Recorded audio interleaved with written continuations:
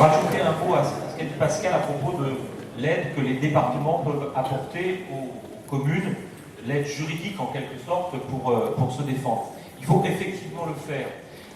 Probablement que les préfets, qui n'ont pas beaucoup de pouvoir, on le sait bien, et je dis ça parce que je suis ancien préfet, donc c'est pour ça que je viens d'apprendre ce soir que ça n'a aucun effet, c'est pour ça que je suis devenu élu et que je suis resté préfet. Eh bien, les préfets vont probablement déférer les décisions que vous prendrez d'aider les communes au motif une collectivité ne peut pas avoir sur une autre collectivité un centre. Bon. Et ils vont déférer pour essayer de vous empêcher d'aider les communes à se défendre. Mais il faut que vous continuiez ce combat. C'est le même combat, pardon, on en reparlait un instant, ah ben non, il est reparti en vélo, sur les OGM, où nous avions, nous, département du Gers, apporté notre aide juridique et financière aux communes du Gers qui prenaient des arrêtés anti-OGM. Ça a été déféré par les préfets successifs devant les tribunaux administratifs, mais à la fin des fins, on a gagné devant le Conseil d'État qui a reconnu que ça avait un intérêt départemental pour le Gers de s'occuper de l'OGM, comme ça a un intérêt départemental de s'occuper de gaz de schiste quand on est en Ardèche, et que dans ces conditions-là, ça paraît normal. Donc il faut absolument continuer d'aider les communes à le faire, parce qu'effectivement, les élus, les communes, c'est quelque chose d'extrêmement important. C'est eux qui apportent le relais, c'est eux qui mettent une pression aussi supplémentaire sur le gouvernement. Ce que je veux simplement dire, y compris pour revenir une dernière fois sur le problème du Conseil constitutionnel, c'est que au tout début de ce dossier, les élus UMP de l'Assemblée nationale, seulement ceux qui étaient contre parce qu'ils en avaient dans leur territoire se sont manifestés. Ça a été le cas de Christian Jacob, près de qui j'ai assez peu de confiance, effectivement, parce que je n'oublie pas qu'il a été président national des jeunes agriculteurs et qu'à ce moment-là, il a toujours été pour qu'on mette des pesticides dans la terre pour avoir plus de productivité sur l'agriculture, et ce n'est pas lui qui va donc nous donner des leçons d'environnement dans le dossier des gaz de schiste. Mais il y avait quelques parlementaires UMP qui étaient.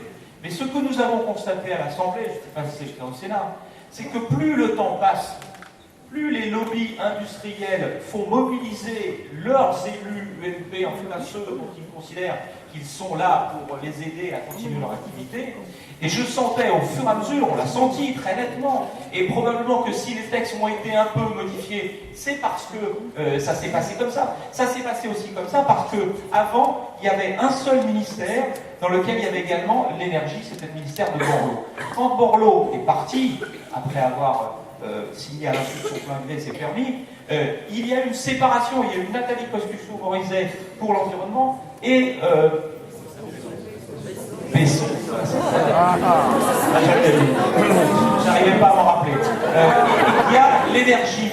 Et il faut que vous compreniez que ce combat sur les gaz de schiste, c'est un combat entre le corps des mines, qui veut se battre depuis la nuit des temps pour la puissance nucléaire et pour la grandeur de la France, et qui veut sa revanche sur le Grenelle de l'environnement ou sur les mesures environnementales. Et le combat auquel on est en train d'assister aujourd'hui, c'est un combat effectivement entre un corps qui existe depuis 1782 et qui se contrefiche des pouvoirs politiques, parce qu'il estime que c'est lui qui détient la vérité en matière énergétique, et qui a voulu l'atome, qui a voulu le pétrole, et qui a trouvé une nouvelle énergie fossile et qui veut l'extraire à tout prix. C'est ce combat-là. Et ce combat, il est devenu plus facile pour eux parce qu'ils sont maintenant rattachés à un ministère qui est distinct de celui de l'environnement. On a séparé finalement les mines, les hydrocarbures de l'environnement, ce qui n'était pas le cas auparavant, ce qui veut dire d'ailleurs pour nous plus tard ce qu'il faudra faire de façon à ce qu'on ait une vision globale. Mais ce combat-là, ce que je veux dire, c'est que